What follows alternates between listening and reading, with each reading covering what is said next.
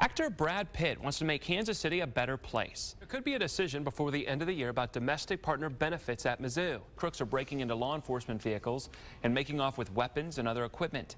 Now, the lead architect on this project is a man by the name of Moshe Softy. He is an internationally well-known architect out of Boston, and he actually conceived the Kaufman Center for the Performing Arts by sketching it on a napkin. Once the darkness dissipates and the sunlight comes up, we're going to see so much more damage here in Sedalia, standing on 65 Highway. Let's look off to the side. You can see this mattress store. It's lit up, and you can see the damage that EF2 tornado did yesterday. Now, if you're a teenage driver in Kansas, beware. Police will be looking for you this week to make sure that you're buckled up. Right now, there's a backlog of about 1,000 criminal cases in Johnson County. But thanks to a brand new $28 million crime lab, more of those cases could soon be solved. ATM fees are at an all-time high.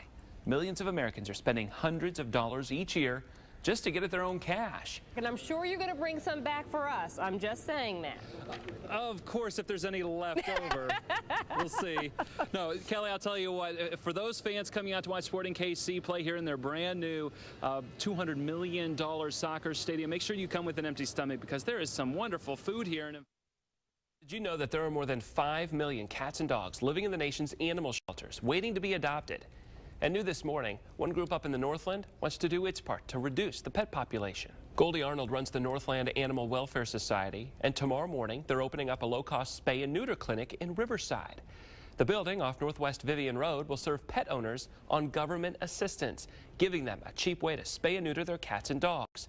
Today you can attend a review of the Kansas City Public Schools' efforts to regain state accreditation.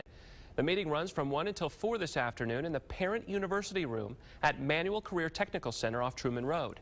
The state's regional school improvement team will hear from the school district about its progress toward accreditation. KCK police are still searching for the gunman involved in 2 deadly weekend shootings, and one of them hurt a baby.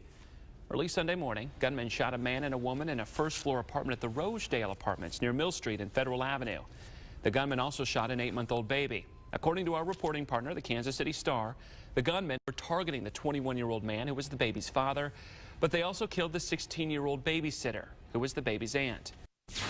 Time right now is 6:54, and these are the 5 things we're talking about this morning to start your day.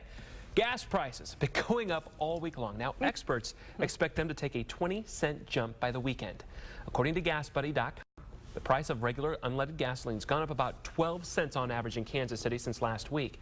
An expert with GasBuddy says tensions with Iran and the maintenance going on at oil refineries is causing short-term gas shortages. Coming into work this morning, I noticed it was already up since from yesterday, up to $3.57 a gallon. And in theory, more by the weekend is what they're saying. Yeah. And then by Memorial Day, something like $4 plus. 5 in some parts of the country. Potentially, I mean, right. This thing is not, Yeah, here we go again, not good. Right? You know, there's something about a cell phone that just wipes out all previous ideas of social etiquette. From concert halls to restaurants, there's just no escape from the intrusion of our mobile devices. And some say it's time for that to change. Here's off to a real chilly start this morning. Yeah, in the 30s. I know. It's a little cool. Looking forward to a nice warm-up, though. And tomorrow, Gary's been talking about this all last week. Maybe hitting 70, Gary. What do you think? There's a good chance we'll hit 70 degrees tomorrow. That's right, Kelly. You know, we're talking about the stadium all morning long. Let's talk about the team. What are folks who come out here on Thursday night going to see out here on the pitch? Joining me right now, we have Sporting KC head coach Peter Vermes. Good morning to you, Peter. Morning. How are you? Good. Tell me a little bit, Coach, about the team. What can people expect? Yeah, I think now that we're coming back home, I think you're going to see a high-flying group, especially with the fact we're being in front of our own fans finally. Yeah, I mean, you guys have played 11 games straight on the road. What does that do to a team just having to travel and travel and travel and not be able to play here in Kansas City? Yeah, I think it's easy to understand the travel aspect. I think the one thing that gets lost in it is the disconnect between the players and the fans. And what a great stadium. You know, you gave us a tour of the locker room. It's gorgeous in there. What do the players think about this new stadium? Well, I think they're in awe. The amenities here are incredible, not just for the fans, but I think also for the players as well. Thank you, Coach, so much. Of course, we're going to be out here all morning long. Stay with us. We're back right after this. Yeah, great to see the Kaufman Foundation really paying it forward with the children here in the Metro. Now, when you do come here to the Performing Arts Center, you're probably going to notice a color theme. You see Kelly's in Hellsberg Hall. That's the blue theme, the cool room. We're here in the Muriel Kaufman Theater. This is the hot room, or red theme, as you can tell.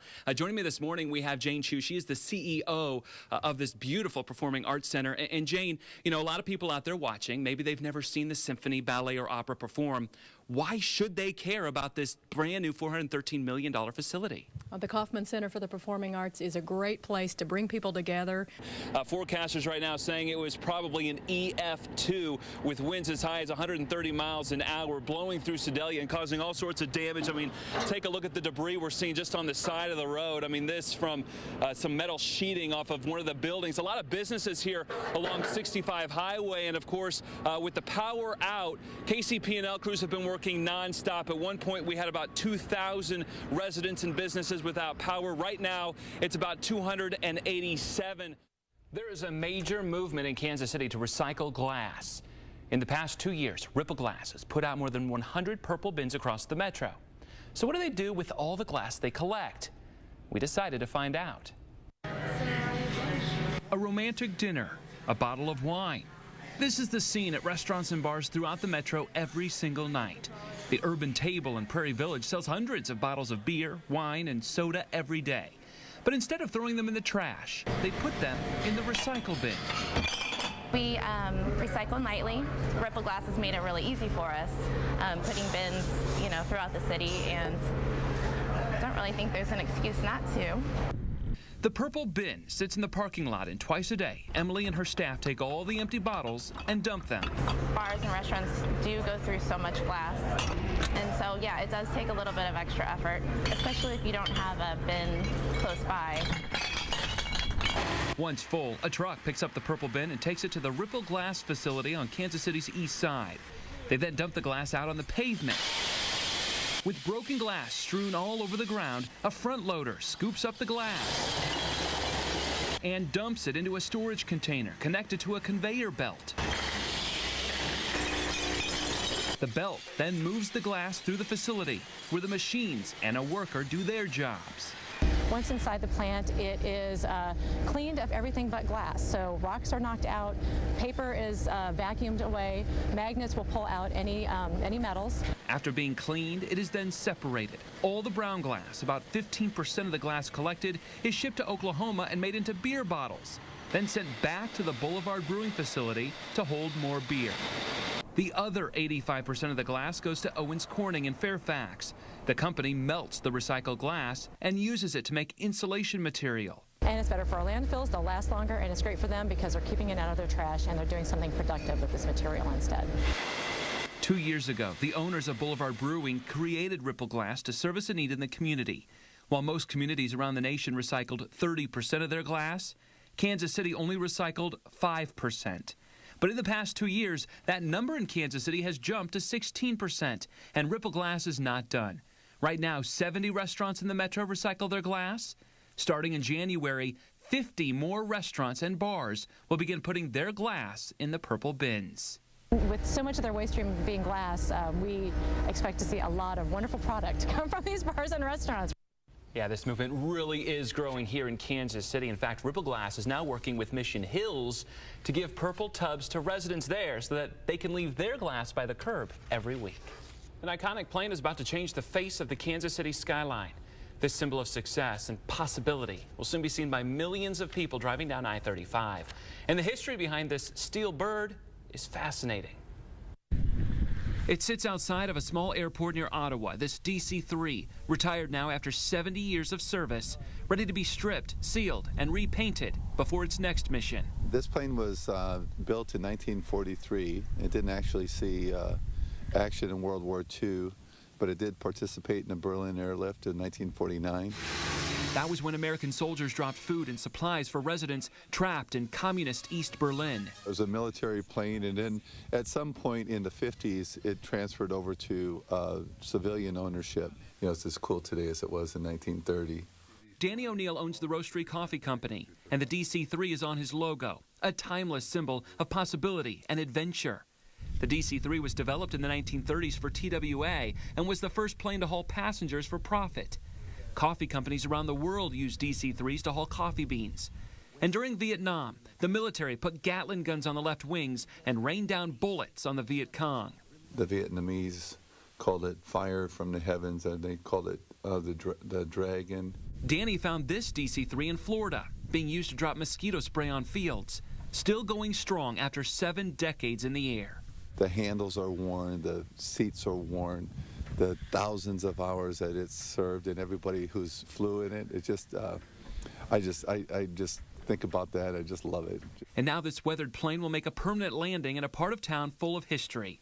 Perched on the new roastery building, rising up at 27th and Southwest Boulevard. But the plane weighs about 16,000 pounds. So how will they get it to stay up there? Danny says the structural engineer he hired figured it out within a few minutes while riding in the back of a car. And he has the numbers to prove it will work. He was actually dead on, just using a slide rule and a calculator and a pencil. The plane will be fastened to a runway of sorts and sit 75 feet above the ground.